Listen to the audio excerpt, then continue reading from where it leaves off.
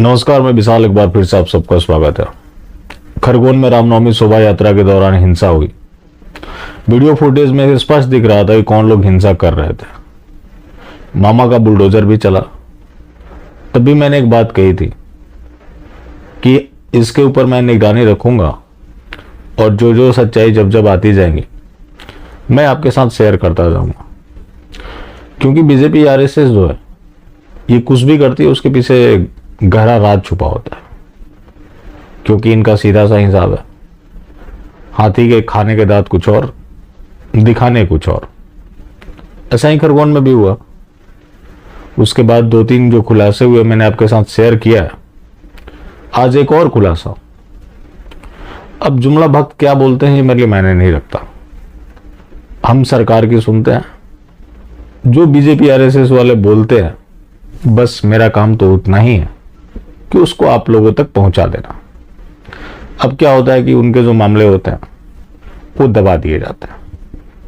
जैसा कि मैंने आपसे कहा था कि ये लोग सांकेतिक काम करते हैं और कहीं भी ये दावा कर दे कि मैं हिंदू हित से जुड़ा हुआ कोई काम किया, मैं उसे नहीं मान सकता। आप भी नहीं मानेंगे जब इनकी सच्चाई के ऊपर ट्रैकिंग रखना शुरू कर देंगे। ऐसा क्यों है? अल्लाह ने मुझे काम दिया है, मैं करता रहूं। अल्लाह ने मुझे काम दिया है, मैं करता रहूं। तो ये तो इन लोगों की सच्चाई है। लेकिन जुमला भक्तों की माने तो देश हिंदू राष्ट्र बन रहा। मुद्दे पर आते हैं। Solicitor general of India Tushar Mehta supreme court में जवाब देते हुए कहा कि 26 शांति दूतों और 88 हिंदुओं के खिलाफ कार्रवाई हुई। लेकिन दावा क्या किया गया? यहां पे एक चीज ध्यान दीजिएगा, ये नैरेटिव का खेल है और कैसे ये लोग उन्हीं के नैरेटिव के ऊपर काम करते हैं। वो विधवा विलाप कर रहे थे, जैसा कि उनकी प्रजाति है, आपको मारेंगे भी, काटेंगे भी और विधवा विलाप भी करेंगे, मतलब खुद को विक्टिम दिखाएंगे। ऐसा ही हुआ उस केस में। और जो ये आईटी सेल के दिहाड़ी प्रकोष्ठ वाले हैं ये भी वाहवाही के लिए ऐसा करते हैं। क्योंकि देखिए ये चीज तो अब स्पष्ट हो चुका है कि ये सरकार हिंदू हितों में कुछ नहीं करने वाली है। लेकिन हम तो इक्वल राइट की ही बात कर रहे हैं, इक्वल राइट ही इंप्लीमेंट कर दो। लेकिन ऐसा होता नहीं है। अब इनकी योजनाओं को उठाकर देखेंगे तो सिर्फ वही वो मंदिर टूट ही रहे हैं, हिंदुओं को दबाया ही जा रहा है, जो पत्थर खा रहा है, जिसके घर टूट रहे हैं, जिसके घरों के ऊपर पत्थर फेंका जा रहा, उसको बराबर का दोषी माना जा रहा है। बराबर क्या, यहां तो काफी बढ़ गया। कहां उधर 26, इधर 88। माहौल क्या बनाया गया कि मामा दंगाइयों को बख्शने वाला नहीं है। तो मतलब जो शोभा यात्रा निकाल रहे थे वो भी दंगाई थे, उनके ऊपर पत्थर भी चले, हमले हुए, यहां तक कि एसपी को गोली लगी।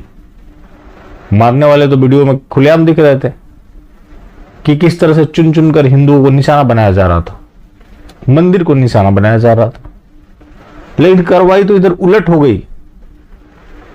देखा जाए तो कार्रवाई के नाम पर उनके साथ सिर्फ फॉर्मेलिटीज की गई, असली कार्रवाई तो हिंदुओं के खिलाफ हुई। यह सरकार के वकील सुप्रीम कोर्ट में बोल रहा है। लेकिन जुमला भक्त जो चाहते हैं वही लोगों को बोलना चाहिए। अब दिल्ली जहांगीरपुरी का ही मामला उठाकर देख लीजिए। आम आदमी पार्टी और बीजेपी, कांग्रेस इसमें आउट है।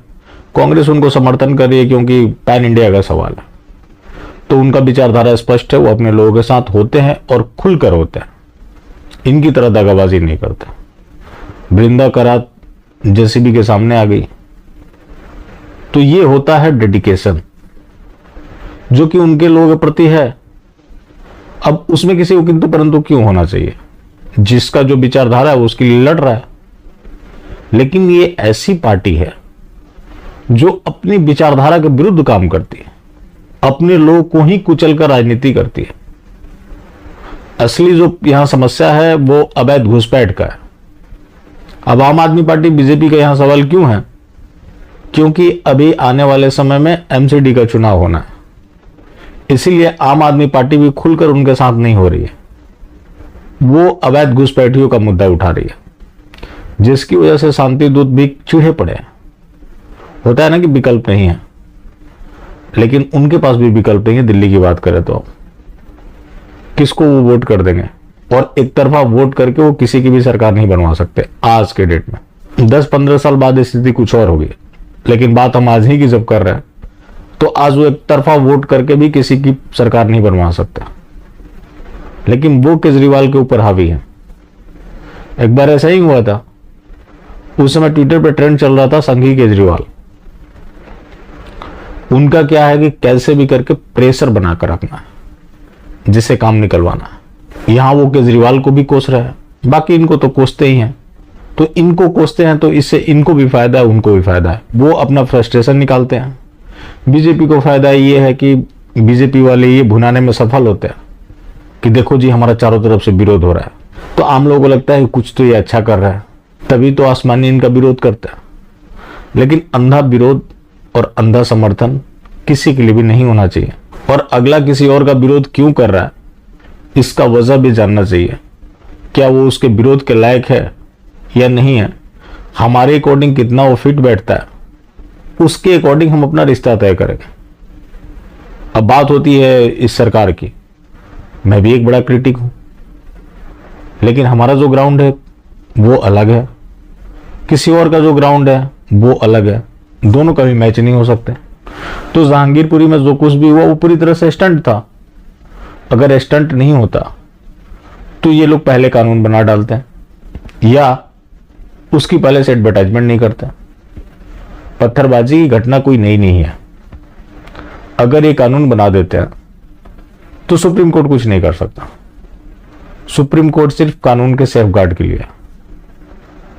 अब यहां पे देखिए, कल से जो भक्त मंडली है सुप्रीम कोर्ट के ऊपर हमलावर है कि मियां लॉर्ड ने ये कर दिया, मियां लॉर्ड ने वो कर दिया। उसी मियां लॉर्ड ने राम मंदिर के ऊपर फैसला दिया, तो वो तो मोदी जी का फैसला था। तो अगर सुप्रीम कोर्ट का कोई फैसला तुम्हें पसंद आएगा तो वो तुम मोदी जी को दे दोगे, जो तुम्हारे विरुद्ध जाएगा वो मियां लॉर्ड का हो जाएगा। तो इतना दोगलापंथी तो चलेगा नहीं। बात है पत्थरबाजों की, आप में से बहुत सारे लोग जानते होंगे कश्मीर में पत्थरबाजों को सेना में नौकरी दी गई। क्या उनकी जानियत बदल जाएगी? और जब ये पत्थरबाजी घटना चल रही है तो आप इसके लिए कठोर कानून क्यों नहीं बनाते? यूपी में भी इनके दंगाइयों के पोस्टर लगाए जा रहे थे। सुप्रीम कोर्ट ने पूछा किस कानून के तहत ये कर रहे हैं? यूपी सरकार ने कानून ही बना डाला। अब वो किसी का भी पोस्टर लगवा सकते हैं। तो बहुत सिंपल है, हवा में तीर चलाकर दिल को कुछ समय के लिए तसल्ली दिया जा सकता है, लेकिन किसी मामले का स्थायी समाधान नहीं ढूंढा जा सकता। मैंने 2 दिन पहले बात की है कि किस तरह से नरेंद्र दामोदर दास जी का घुसपैठियों के प्रति समर्पण है, जो कि उन्हें स्कॉलरशिप दे रहे हैं, उनके लिए राहत पैकेज भिजवाते हैं। ये सही बात है, मैं फिर से रिपीट कर देता हूं कि बांग्लादेशियों की समस्या कांग्रेस के समय से चलती आ रही है, जो कि आज भी जारी है। इसके अलावा जो रोहिंग्या की समस्या है वो सिर्फ और सिर्फ भारतीय जनता पार्टी की सरकार में हुआ है। सरकार ने उनको रोकने के लिए कौन सा कठोर कदम उठाया? कुछ भी नहीं उठाया। बाकी जो दिहाड़ी प्रकोष्ठ है अब एक नया शिगुफा लेकर घूम रहा है कि ममता बनर्जी ने अवैध घुसपैठियों को केजरीवाल को दे दिया। केजरीवाल राहत पैकेज भिजवाते हैं, उनकी रख रखाव के लिए पैसे दिलवाते हैं, जो भी करते हो। सवाल यह है कि वो यहां पे आए क्यों, कैसे आए? अगर यहां नहीं आए होते तो केजरीवाल ये सब नहीं कर रहे होते। अब बात है पॉलिटिक्स की, तो जो बोलेगा वही तो पब्लिक डोमेन में होता है। तो आप ही ने तो अवैध घुसपैठियों के खिलाफ मोर्चा खोल रखा है, लगातार उनके बयान आ रहे हैं कि इन लोगों ने घुसपैठियों को इसलिए बसा रखा है ताकि दंगे फसाद कराए और उससे वोट हासिल करे। तो केंद्र सरकार अवैध घुसपैठियों को लेकर कौन सा कदम उठाने जा रही है? अवैध अतिक्रमण की बात है, तो वो एक दिन की बात नहीं है। क्या केंद्र सरकार इस इंतजार में बैठी हुई थी कि किसी दिन शोभा यात्रा निकलेगी, उसके ऊपर पथराव होंगे, गोली चलेगी, तब हम ऐसा करने का नौटंकी करेंगे? अगर वाकई गंभीर है तो इन्हें पहले से कदम उठाना चाहिए था। अब ये जो मामला है, अगली सुनवाई होगी सुप्रीम कोर्ट में, आप देखिएगा धीरे धीरे मामला शांत पड़ जाएगा, क्योंकि ये लोग प्रेशर में थे। और जैसा कि इनके बारे में हमेशा से बोलता आया हूं, आप भी महसूस कर सकते हैं कि ये लोग सिंबॉलिक पॉलिटिक्स करते हैं। तो इनको सिंबॉलिक बुलडोजर चलवाना था, उसमें हिंदुओं का भी नुकसान हुआ, कुछ कुछ पंचमकारों का भी हुआ होगा, लेकिन हर जगह इनकी कोई भी कार्रवाई हो, उस कार्रवाई का ज़्यादा कोई पीड़ित होता है तो वो हिंदू होता है। बाकी अगर आप इनकी योजनाओं को उठाकर देखेंगे तो वहां कोई हिंदू नजर नहीं आता। बाकी जिंदा रहे तो फिर मिलेंगे, और मिलते रहेंगे तो जिंदा रहेंगे। मिलना जुलना जारी रखें, लेकिन हाँ, मास्टर स्ट्रोक वादी बिल्कुल भी ना हो।